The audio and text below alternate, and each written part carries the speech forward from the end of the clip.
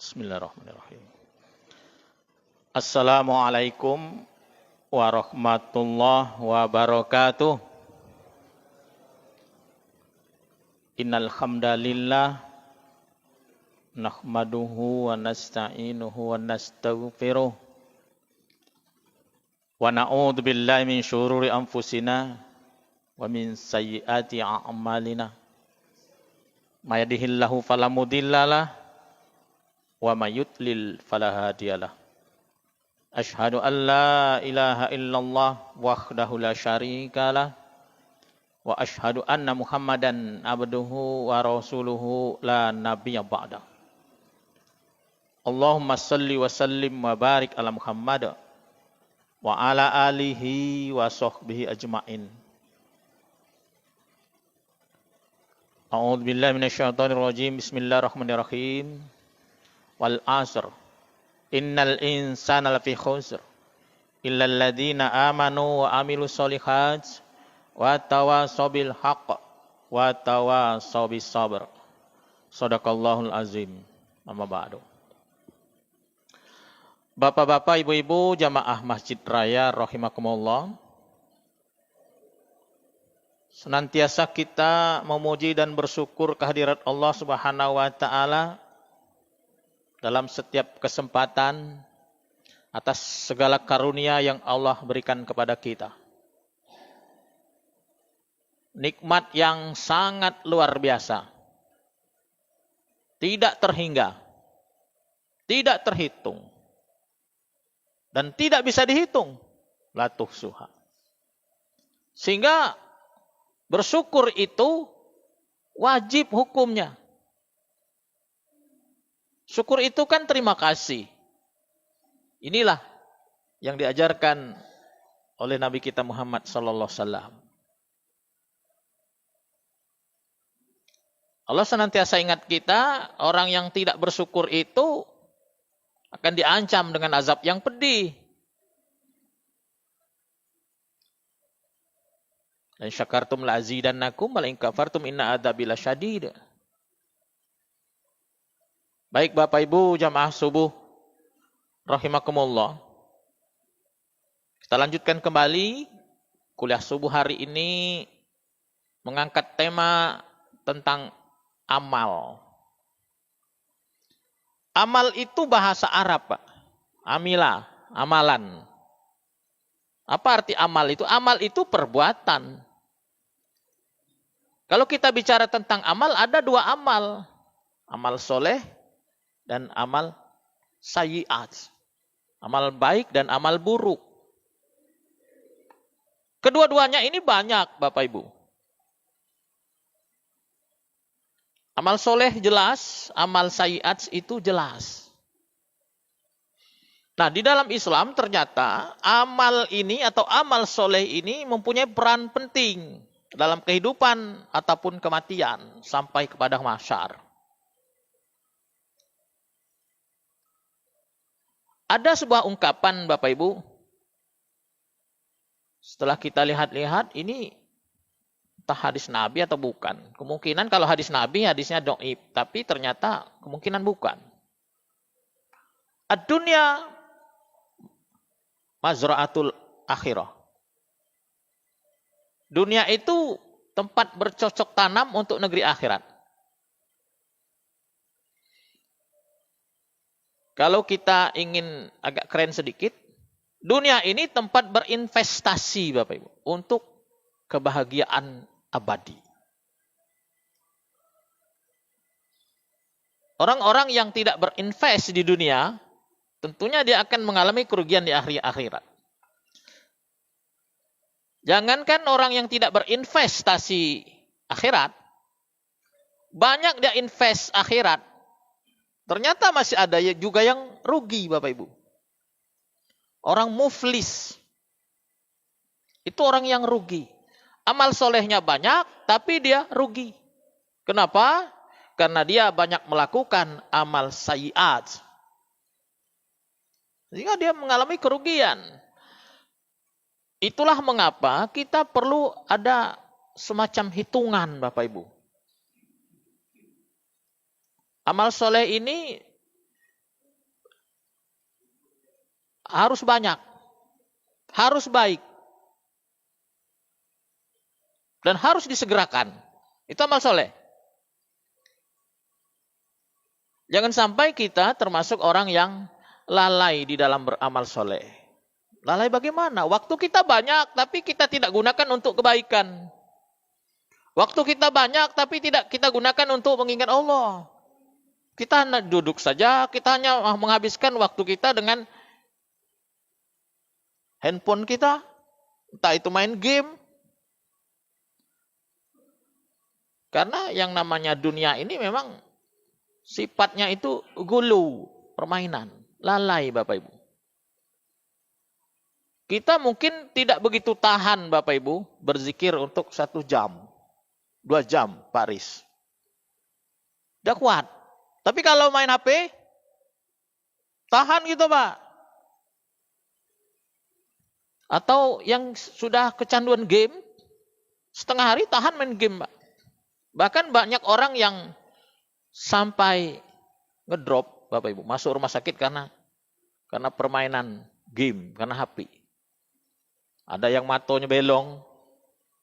Bahkan ada yang mati Bapak Ibu dengan permainan game. Mati Pak. Karena terlalu ekstrim. Lupa makan, lupa tidur, atau lupa istirahat. Saraf semakin tegang. Akhirnya mati. Bapak Ibu yang saya hormati, banyak fungsi amal sebenarnya. Dan amal soleh itu sangat penting Bapak Ibu. Amal soleh sangat penting. Karena dia akan diperhitungkan nanti di hari akhirat. Mengapa amal itu penting, Mbak? Saya katakan kan penting. Ada orang yang tidak begitu menganggap amal itu penting. Biasa bahaya amal. Padahal amal itu sangat penting. Karena kalau sudah meninggal, mati, kita tidak ada lagi kesempatan untuk beramal. Tidak ada lagi waktu untuk beramal kalau sudah meninggal dunia. Kalau sudah meninggal dunia, ternyata amal soleh itulah yang akan melindungi, menaungi, menolong.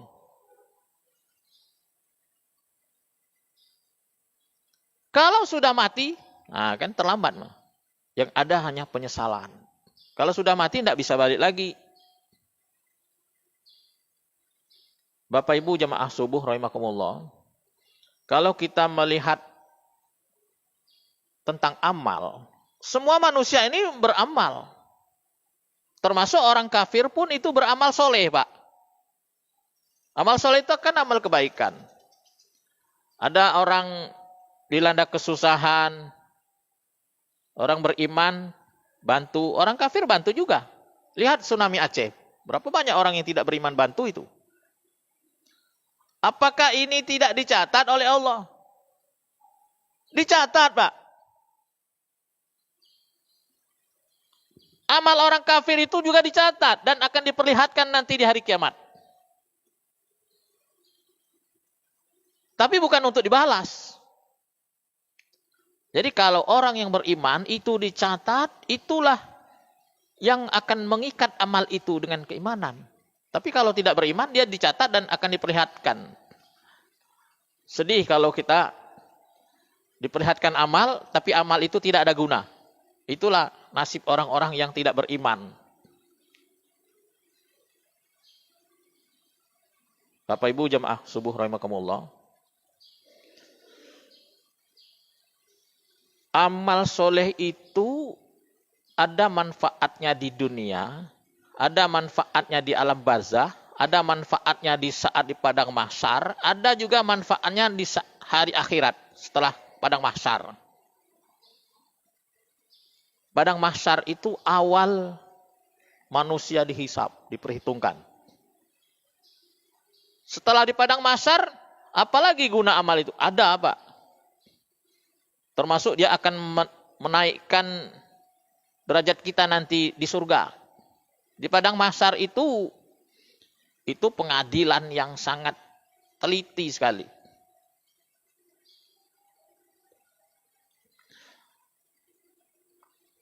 Yang pertama manfaat di dunia.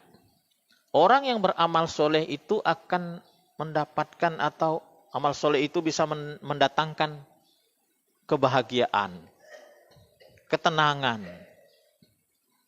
Contoh amal mudah, tidak perlu keluar biaya, zikrullah. Itu kan amal soleh, berzikir.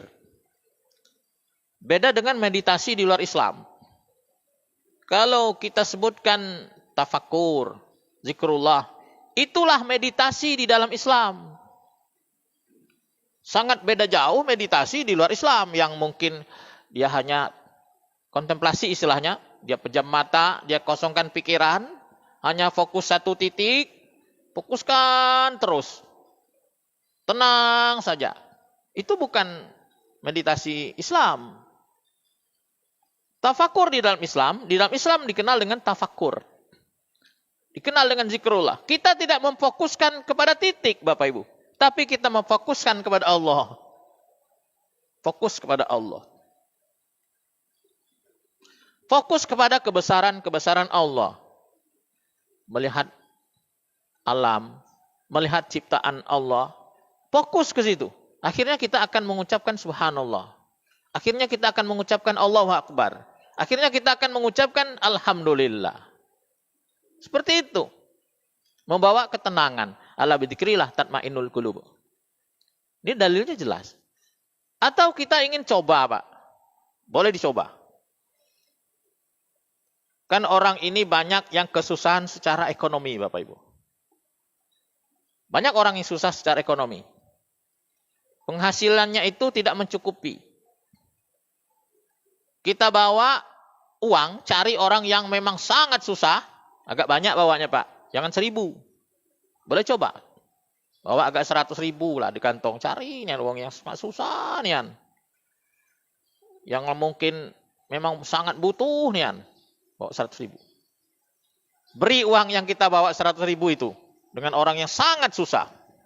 Wah, itu orang yang seperti itu akan berterima kasih. Sangat luar biasa terima kasihnya. Mungkin Bapak Ibu kan pernah nonton TikTok. Yang berbagi itu. Dia menerima uang ataupun bantuan dari orang yang memberinya itu, dia sangat berterima kasih sekali. Sampai nangis Bapak Ibu. Dan kita yang memberi, ini mendapatkan rasa kelegaan yang luar biasa. Senang kan gitu Pak. Lah sudah bisa bantu uang. Jadi di situ manfaat di dunia ini membawa kesenangan. Bahagia rasanya kita bisa bantu orang yang susah. Kemudian amal soleh di dunia itu akan mempererat, meningkatkan kualitas hubungan sosial. Tetangga susah kita berbagi. Itu akan membaikkan hubungan bermasyarakat.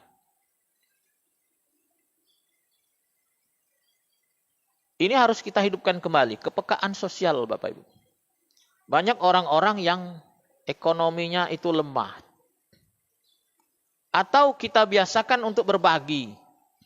Kalau cara Nabi itu kalau bikin gulai, banyakkan kuahnya. Jangan sampai kita membuat masakan, tetangga kita itu orang susah, tapi hanya mendapatkan aromanya saja. Kan kalau masak rendang baunya kemana-mana itu Pak, di bawah angin. Jangankan rendang. Goreng iwak asin ya Pak, sekampung hangat. Tetangga kiri kanan tahu kalau kita goreng iwak asin Pak.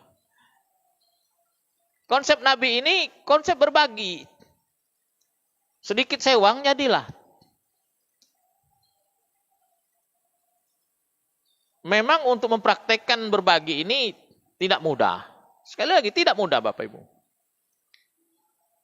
Mungkin sebelum masak itu kita pikir.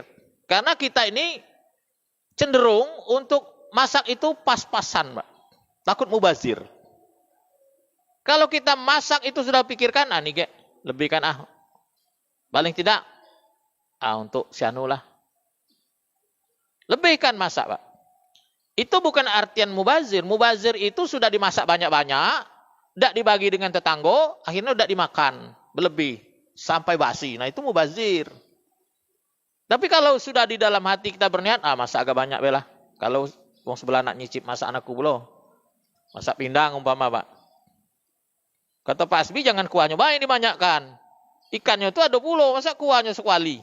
Ikannya cuma siko. Kan lucu pulau itu. Bapak Ibu yang saya hormati, meningkatkan hubungan sosial. Semakin akrab, Bapak Ibu. Tetangga juga tahu, Pak. Oh, berarti bini Syahno itu lihai nian masak pindang. Seperti itu, Bapak Ibu. Bukan kita nak ngambok masakan bini kita, bukan. Kalau memang masakan orang rumah kita memang enak, paling tidak dia bisa belajar dengan orang rumah kita, Pak. Masak rendang, masak pindang, masak sop, belajar. Kemungkinan ada solusi lain. Mungkin selama ini dia susah, dia bisa jualan sayur. Belajar dengan khusus dengan orang rumah kita, Pak. Kan itu ada peningkatan hubungan sosial. Kemudian di dunia ini juga, amal soleh itu akan memudahkan rezeki. Mudah rezeki kita, Pak. Kalau kita mudah nolong uang, itu kan amal soleh. Kalau kita ringan tangan, rezeki kita akan mudah, mengalir, Bapak Ibu. Bapak Ibu jamaah subuh rahimakumullah. Kemudian manfaat di alam kubur itu apa? Manfaat di alam barzah atau alam kubur, ini bisa menjadi pelindung.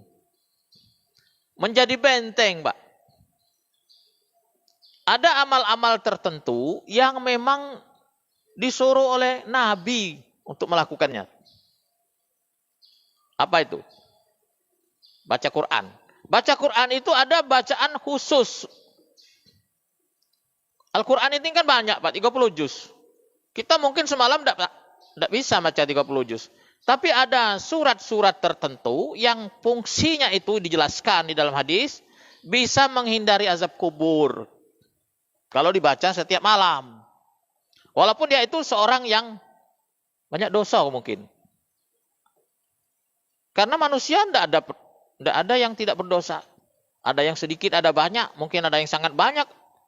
Tapi surat yang dibaca setiap malam itu akan menghindarkan dari azab kubur. Nah, ini pentingnya amal soleh. Keterangan ini bisa kita dapatkan di hadis sahih.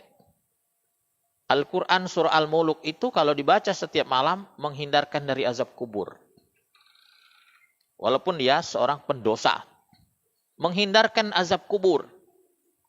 Bukan sekali-sekali bacanya, Pak. Setiap malam baca surah Al-Muluk. Kan tidak perlu banyak itu. Selembar bolak balik lebih dikit lah. Lebih 1/4. Karena orang yang membaca Al-Quran berarti dia menjaga hubungan dengan Allah. Walaupun di siang harinya, pekerjaannya mungkin banyak yang melalaikan dia dengan Allah. Atau ada amalnya itu yang mengandung dosa. Tidak menutup kemungkinan seperti itu. Karena malam dia jaga lagi hubungan dengan Allah. Amal itulah yang akan membantunya nanti di barzah. Kemudian amal soleh juga. Ini akan membawa kebahagiaan di alam barzah. Kita kenal ada nikmat kubur, Bapak Ibu. Hari ini pemahaman orang, apalagi di TikTok, di YouTube, di Facebook, itu pemahaman atau orang yang menjelaskan Islam banyak tidak dengan ilmu, Pak. Banyak orang terjebak. Ada yang menjelaskan jin itu tidak ada. Ada yang menjelaskan azab kubur itu tidak ada. Nikmat kubur itu tidak ada. Kan ini pemahaman yang keliru. Orang yang menontonnya banyak. Bahkan ada ustadz yang viral. Mohon maaf, ya seorang ustadz. Di TikTok itu, followernya itu banyak, Pak. Dia menjelaskan tentang orang yang hidup ini, dia pakai dengan konsep Buddha, Pak. Tidak tahu kita, mungkin dia dulunya Buddha.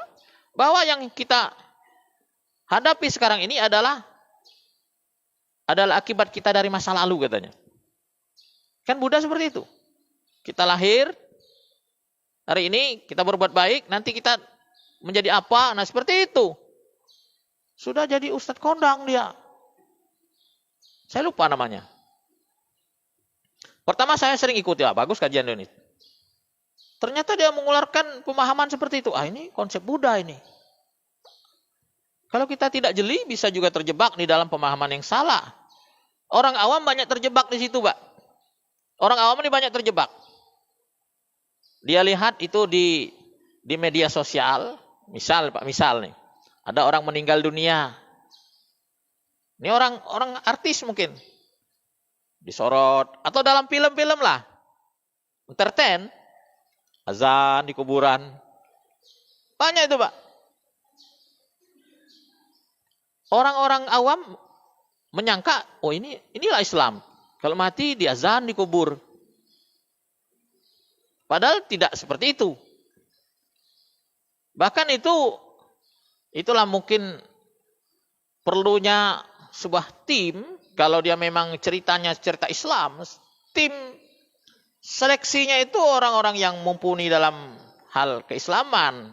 Ini tidak ada ini. Ini tradisi nih. Jangan sampai nanti mengkaburkan di tengah-tengah masyarakat. Tapi ternyata film-film yang beredar itu banyak yang tidak keruan, Pak.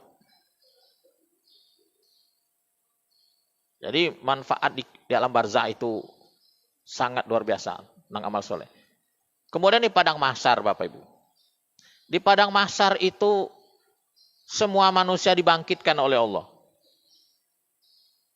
Manusia yang pernah hidup di muka bumi atau pernah lahir walaupun masih kecil mati ataupun masih di kandungan sudah diberikan ruh, dihidupkan lagi oleh Allah. Memperhitungkan amal. Itu tempat yang luar biasa. Nanti manusia akan diberikan catatan amal. Masing-masing manusia ini diberi catatan amal. Ada yang menerima dengan tangan kanan, ada yang menerima dengan tangan kiri. Kalau yang menerima catatan amal ini dari tangan kanan, itu alamat dia akan selamat ke surganya Allah. Kalau yang menerima catatan amal ini dari sebelah kiri, dari belakang, Pak. Belakang ambil ya, Pak. Itu alamat celaka, Bapak Ibu. Di sini fungsi amal, seberat apapun amal ditimbang.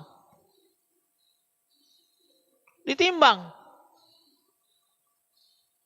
Dan amal soleh itu akan menghapuskan amal buruk. Innal hasanat yudhibanas sayiat. Sungguhnya perbuatan baik itu menghapus dosa atau keburukan. Surah Hud 114. Bapak Ibu jamaah salat subuh rahimakumullah. Di padang mahsyar itu tidak ada pertolongan kecuali pertolongan Allah. Dan amal soleh itu juga sebagai wasilah menuju surga. Kalau keimanan itu pengakuan, Mbak. Tapi kalau amal itu pembuktian. Dan amal juga, amal soleh itu akan mendatangkan ridho Allah. Ridho Allah, Bapak Ibu.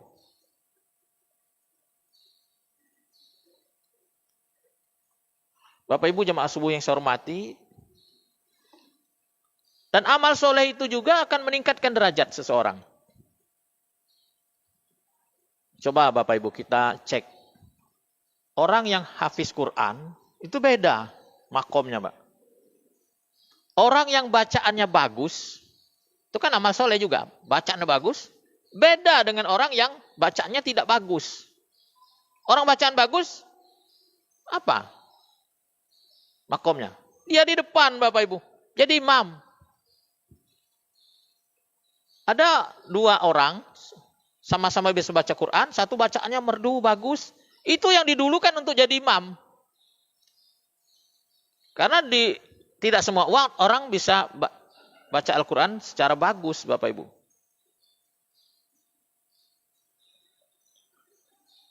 Bapak Ibu jamaah subuh yang saya hormati, dan amal soleh juga akan mendatangkan ridho Allah. Allah itu ridho dengan orang yang beramal soleh, Pak. Ada amal yang tidak disenangi oleh Allah, itu amal buruk. Jelas itu. Ada amal yang disenangi oleh Allah, itu amal kebaikan. Tapi ada amal yang sangat dicintai oleh Allah. Sangat disenangi oleh Allah. Amal apa itu, Pak? Amal yang sangat dicintai oleh Allah itu adalah amal yang berkelanjutan. Walaupun kecil, Pak. Tiap hari dia ke masjid terus. 5 waktu dia ke masjid terus. Itu hebat, Pak. Daripada ke masjid sekali, langsung duduk, itikaf 3 jam, kemudian besok tidak ke masjid lagi. Ahabul a'mali illallah adwamuha wa inqalla. Yang dicintai oleh Allah itu amal yang terus menerus wa inqalla, walaupun sedikit. Dan di dalam amal juga kita diperintahkan oleh Allah fastabiqul khairat. Boleh kita iri di dalam hal amal. Dia bisa melakukan kebaikan itu seperti itu contoh. Kita iri, Pak. Itu boleh, Pak. Aku nak ngalai dia. Tapi niatnya itu untuk mencari ridho Allah juga. Bukan untuk hal-hal dunia, bukan. Seorang yang mencoba untuk berlomba di dalam kebaikan, ini bagus. Dia bisa nyumbang 10.000, kita bisa nyumbang 100.000 umpama. Tapi jangan pula dengan amal itu menjadi riya, bukan.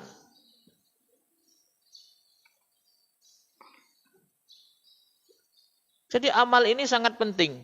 Amal juga akan mendatangkan ridho Allah, amal juga akan meningkatkan derajat kita di surga. Kalau amal orang kafir itu Bapak Ibu dicatat, nanti di surga diperlihatkan, kemudian dia seperti debu yang berterbangan.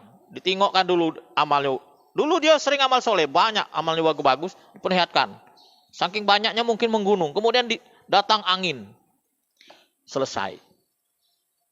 Ada juga dikatakan di Al-Quran bahwa orang kafir itu beramal, nanti diperlihatkan seperti fata morgana. Wah banyak nian. Pas didekatinya, dati. Seperti itu. Itu amal orang kafir. Beda dengan amal orang yang beriman. Bayangkan, Pak.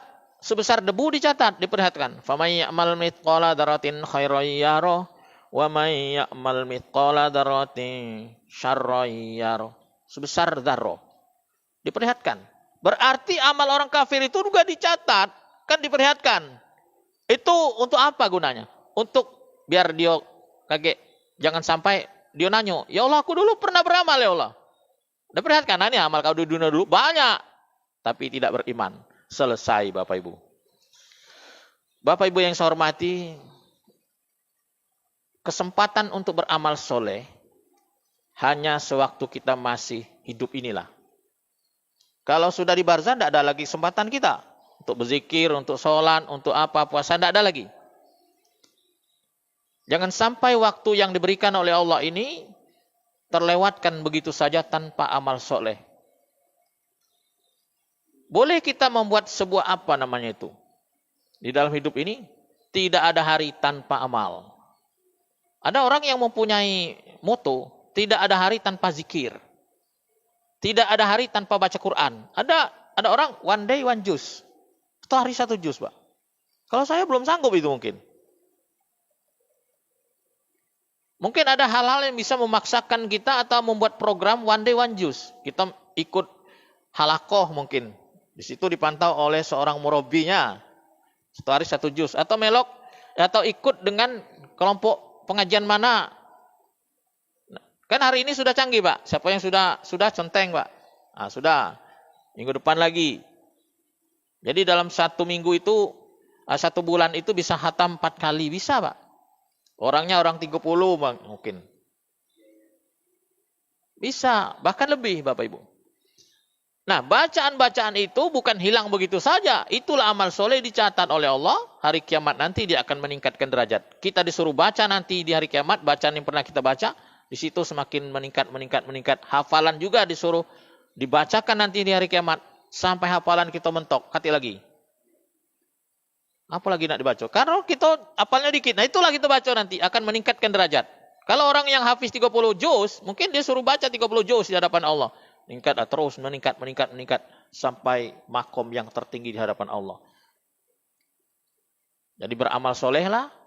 Amal soleh ini ada yang mudah, ada yang berat, ada yang ringan, ada pahalanya kecil, ada pahalanya besar. Ada amal soleh itu dia ringan tapi pahalanya besar. Contohnya zikir. Zikir itu kan mudah, ringan, tapi pahalanya berat di timbangan. Kalimat-kalimat thayyibah itu ringan, mudah, tapi pahalanya besar. Istighfar, salawat Nabi. Mari kita biasakan untuk beramal soleh. Mari kita gunakan hidup ini secara maksimal untuk melakukan kebaikan-kebaikan, walaupun kecil. Jangan memandang, ini kecil, ini tidak usah lah. Jangan milih-milih. Kalau kecil, tidak usah dia amal. Tidak. Fastabiqul khairat. Ambil. Kalau kita mampu, ambil, Pak.